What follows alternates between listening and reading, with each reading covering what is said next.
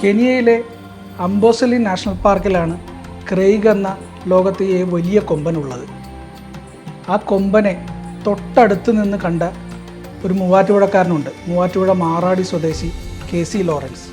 അദ്ദേഹം wild life ഫോട്ടോഗ്രാഫിയിലേക്ക് വന്നിട്ട് കുറച്ചധികം നാളായി. ബേഡിംഗ് ആണ് ഇഷ്ടപ്പെട്ട വൈൽഡ് ലൈഫ് ഫോട്ടോഗ്രാഫി മേഖല. ഒരുപാട് 600-ലധികം ബേർഡ് സ്പീഷീസിനെ അദ്ദേഹം ഇതിനകം പകർത്തിയിട്ടുണ്ട്. അതുപോലെ കെനിയയിലേക്ക് ബാക്കിയുള്ളവർ ആനയെയും ചീറ്റയൊക്കെ തപ്പിപ്പോകുമ്പോൾ അദ്ദേഹം അവിടെയും ബേഡ്സിനെയാണ് ലക്ഷ്യമിട്ടത്. പക്ഷെ ചെന്നുപെട്ടത് ക്രെയ്ഗ് എന്ന ഈ കൊമ്പന് മുന്നിലാണ്. നമുക്ക് അദ്ദേഹത്തോട് തന്നെ ഈ ക്രെയ്ഗ് എന്ന കൊമ്പനെക്കുറിച്ച് ചോദിക്കാം. അദ്ദേഹം മൂവാറ്റുപുഴ KSEBയിൽ അസിസ്റ്റൻ്റ് എഞ്ചിനീയർ കൂടിയാണ്. നമസ്കാരം ലോറൻസ് ചേട്ടാ, എങ്ങനെയാണ് നിങ്ങൾ ഈ ക്രെയ്ഗിൻ്റെ മുന്നിലേക്ക് ചെന്ന് പെടുന്നത്? ഫോട്ടോഗ്രാഫി താല്പര്യമുള്ള അല്ലെങ്കിൽ യാത്ര ചെയ്യാൻ താല്പര്യമുള്ളവർക്കെല്ലാം ഏറ്റവും അവരുടെ ബക്കറ്റ് ലിസ്റ്റ് ഉണ്ടാകുന്ന ഫസ്റ്റ് ഒരു ഓപ്ഷനാണ് ആഫ്രിക്കൻ സഫാരി. ആഫ്രിക്കൻ സഫാരിയിൽ കെനിയൻ സഫാരിയാണ് ഏറ്റവും കൂടുതൽ ആളുകൾ പ്രിഫർ ചെയ്യണത്. എൻ്റെയും ബക്കറ്റ് ലിസ്റ്റിൽ ഈ സാധനം പെട്ടിട്ട് ഏകദേശം 10 വർഷത്തിന് മുകളിലായി. പലപ്പോഴും കോസ്റ്റ് കൂടുതലായതുകൊണ്ടും ആണ് ഞാനിങ്ങനെ തള്ളി ഈ വർഷമാണ് എനിക്കത് ബുക്ക് ചെയ്യാൻ തോന്നിയത്. ബുക്ക് ചെയ്യാൻ ഞങ്ങളൊരു കൽക്കത്തക്കാരനായ ഒരു ടൂർ ഓപ്പറേറ്റർ കൂടിയാണ് പോയത്. പക്ഷേ അയാൾ അനിമൽസിൻ്റെ ഫോട്ടോഗ്രാഫിയാണ് കൂടുതൽ ചെയ്തിരുന്നത്. അപ്പോൾ ഞങ്ങളുടെ ട്രിപ്പും അനിമൽസിന് വേണ്ടിയിട്ടുള്ളായിരുന്നു. പുള്ളിയുടെ ഫസ്റ്റ് ഓപ്ഷൻ ക്രെയ്ഗ് ആയിരുന്നു. ക്രെയ്ഗ് എവിടെയാണോ അവിടേക്കാണ് ഞങ്ങൾ അതാണ് ഫസ്റ്റ് പോയിന്റ്. അപ്പം ഞങ്ങളുടെ യാത്രകൾ തന്നെ ആദ്യം ഞങ്ങൾക്ക് പ്ലാൻ ചെയ്തിരുന്നത് ആദ്യം അംബോസലി ആയിരുന്നു. പിന്നീട് അംബോസലി ക്രെയ്ഗ് ഇല്ല എന്നറിഞ്ഞതുകൊണ്ട് ഫസ്റ്റ് മസൈമാരെ പോകാമെന്ന് വെച്ചു. പക്ഷേ ഞങ്ങൾ ലാൻഡ് ചെയ്ത സമയത്ത് അംബോസലിയിൽ വീണ്ടും ക്രെയ്ഗ് പ്രത്യക്ഷപ്പെട്ടു എന്നറിഞ്ഞിട്ട്, അല്ലെങ്കിൽ ക്രെയ്ഗിന് നമുക്ക് അംബോസലി ഇതിൻ്റെ ഉള്ളിൽ പോയി എന്ന് വെച്ചാൽ റിസർവിനുള്ളിൽ നമുക്ക് ഷൂട്ട് ചെയ്യാൻ വിഷമമാണ്, കാരണം മരങ്ങളാണ്. പക്ഷേ ക്രെയ്ഗ് പുറത്തു വരും. ആ പുറത്തുള്ള സമയം നോക്കിയാണ് ഇത് ആൾക്കാർ ഷൂട്ട് ചെയ്യാൻ പറ്റുക. അകത്തേക്ക് കയറാൻ നമുക്ക് പെർമിഷനും ഇല്ല.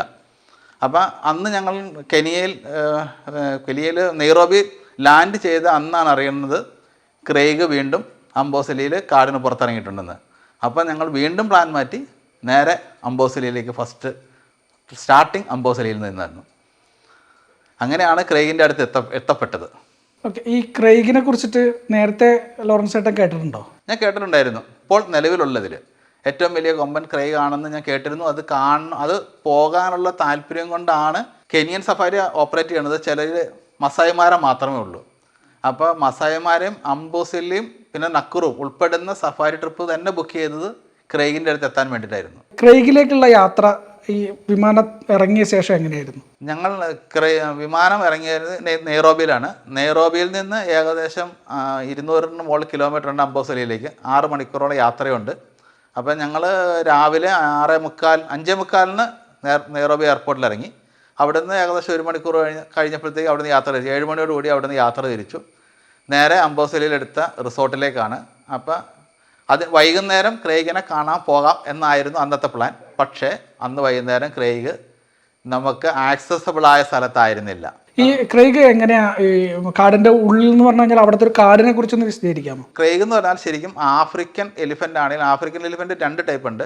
ആഫ്രിക്കൻ ബുഷ് എലിഫൻറ്റും ആഫ്രിക്കൻ ഫോറസ്റ്റ് എലിഫൻറ്റും.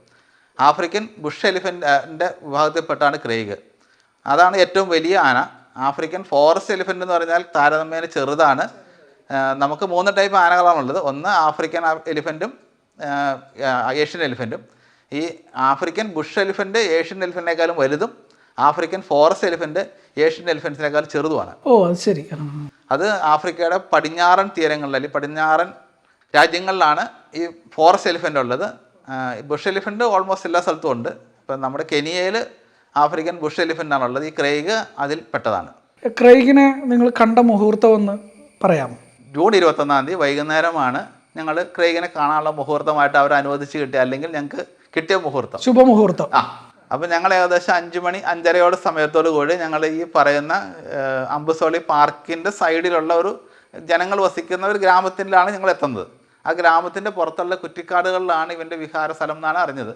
അതനുസരിച്ച് ഞങ്ങളവിടെ ചെല്ലുമ്പോൾ ക്രെയ്ഗ് കുറ്റിക്കാടിനിടയ്ക്ക് വന്ന് ഭക്ഷണം കഴിച്ചുകൊണ്ടിരിക്കുന്ന ക്രെയ്ഗിനെയാണ് ഞങ്ങൾ കാണുന്നത്. ഞങ്ങൾ 8 പേരോളം ഉണ്ടായിരുന്നു. അപ്പോൾ അതിൻ്റെ കെയർടേക്കർ ഈ ഡേവിഡും വേറൊരു സഹായിയും ഉണ്ടായിരുന്നു.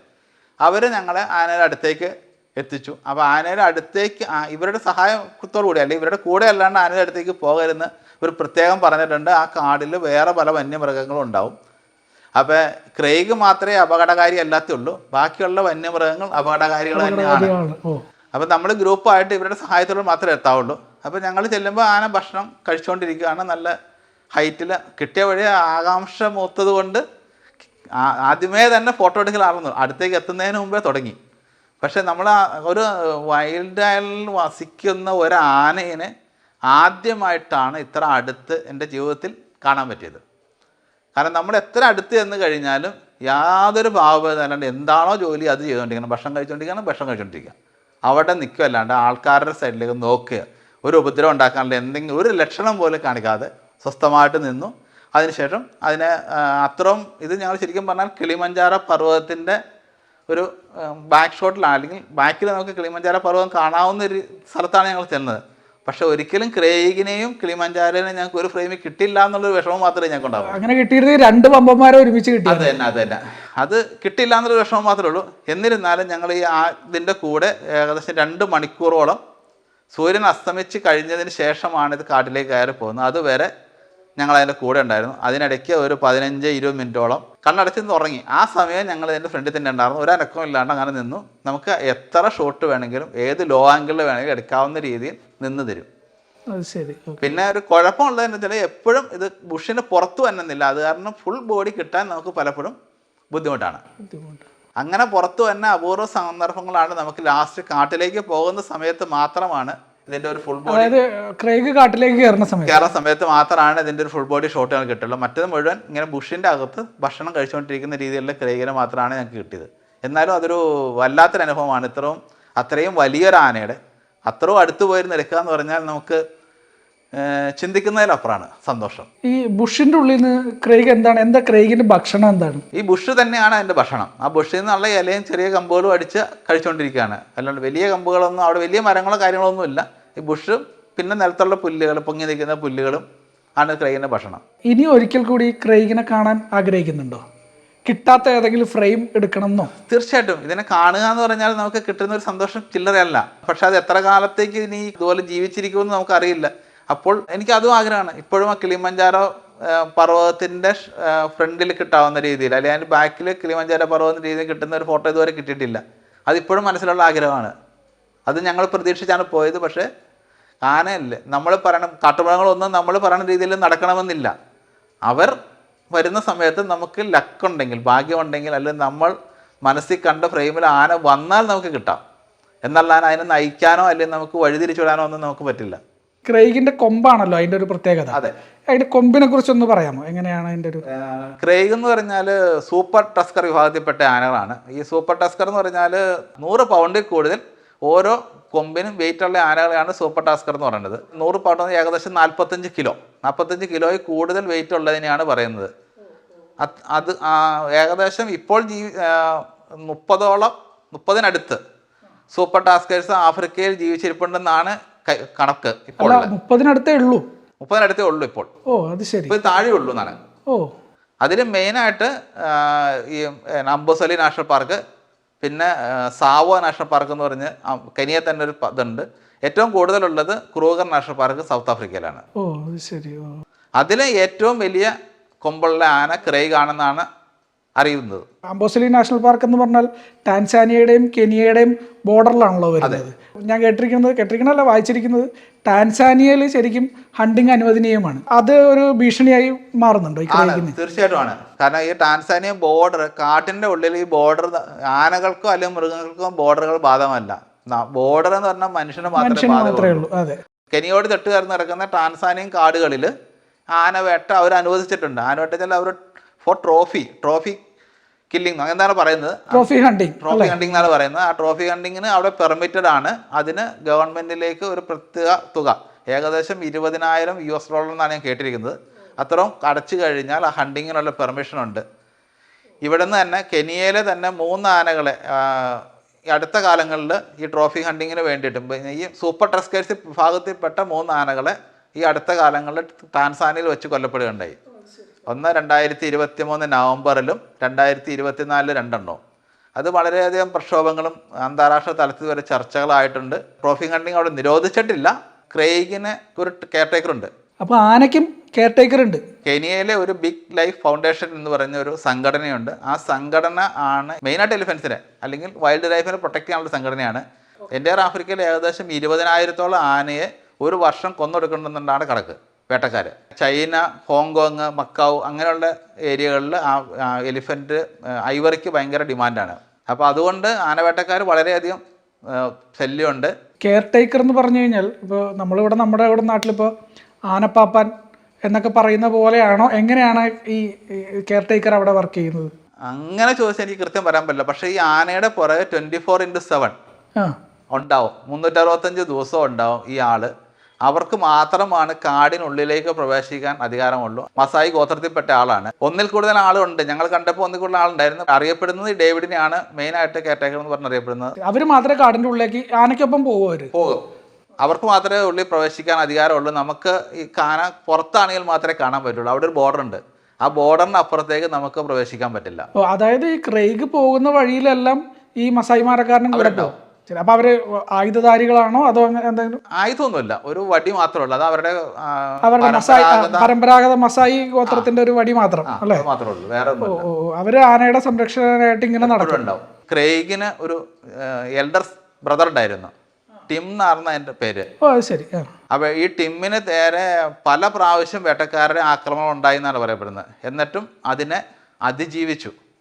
ക്രെയ്ഗിനേക്കാൾ വലുതായിരുന്നു, ക്രെയ്ഗിനേക്കാളും വലുതായിരുന്നു ടിം എന്നാണ്. അത് 2020 വേട്ടക്കാരൻ മുതലല്ല, അസുഖം വന്നാണ് മരിച്ചു. അതിൽ ഗൗട്ട് എന്നാണ്, വയറ്റിൽ നിന്നാണ് അത് അസുഖമാണ് വന്നതെന്ന് പറഞ്ഞത്. അങ്ങനെ മരിച്ചു തന്നെ. അവരൊരു പ്രധാന വരുമാന മാർഗമായിട്ട് ടാൻസാനിയ ഈ ഇതിൽ മാറ്റുന്നുണ്ടോ? ടൂറിസം വരുമാനത്തിൽ ഉണ്ടെന്ന് വിശ്വസിക്കുന്നു. കാരണം അവർ പറയുന്നത്, പക്ഷേ അത് വേറെ കണക്കുകളാണ്. ഗവൺമെൻറ് അല്ലെങ്കിൽ പുറത്തുള്ള ഏജൻസികൾ വിടുന്ന കണക്കുകൾ സെപ്പറേറ്റ് വേറെ കണക്കുകളാണ്. അവർ ട്രോഫി ഹണ്ടിങ്ങിന് ഗവൺമെൻറ് ചാർജ് ചെയ്യുന്നത് $20,000.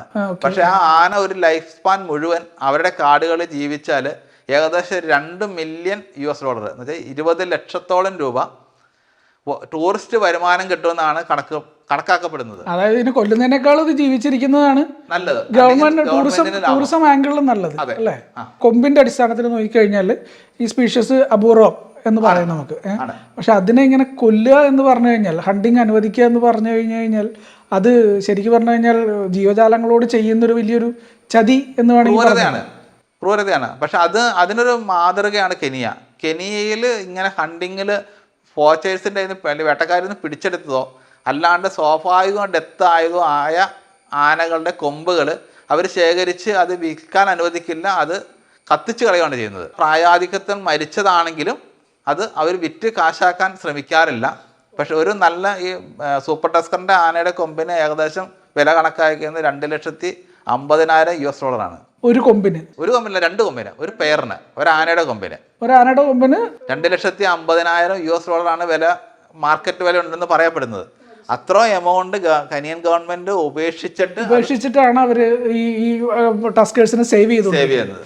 അത് ആൾക്കാർക്ക് കൊടുക്കുന്ന ഒരു സന്ദേശമാണ്, അല്ലെങ്കിൽ ലോകത്തിന് കൊടുക്കുന്ന ഒരു സന്ദേശമാണ്. ലാസ്റ്റ് കൊമ്പ് കത്തിച്ചത് 2016 2016 105 ടണ്ണോളം കൊമ്പാണ് കത്തിച്ചു കളഞ്ഞത്. ഏകദേശം 8,000 ആനയുടെ കൊമ്പുണ്ടെന്നാണ് പറയുന്നത്. ക്രെയ്ഗ് ഇനിയൊരു 50 വർഷം കൂടി ജീവിക്കട്ടെ എന്ന് ആശംസിക്കുന്നത്. ലോറൻസ് ഏട്ടനെ 2-3 പ്രാവശ്യം കാണാനും പറ്റട്ടെ ആഗ്രഹമുണ്ട് വീണ്ടും എന്ന് ആശംസിക്കുന്നു.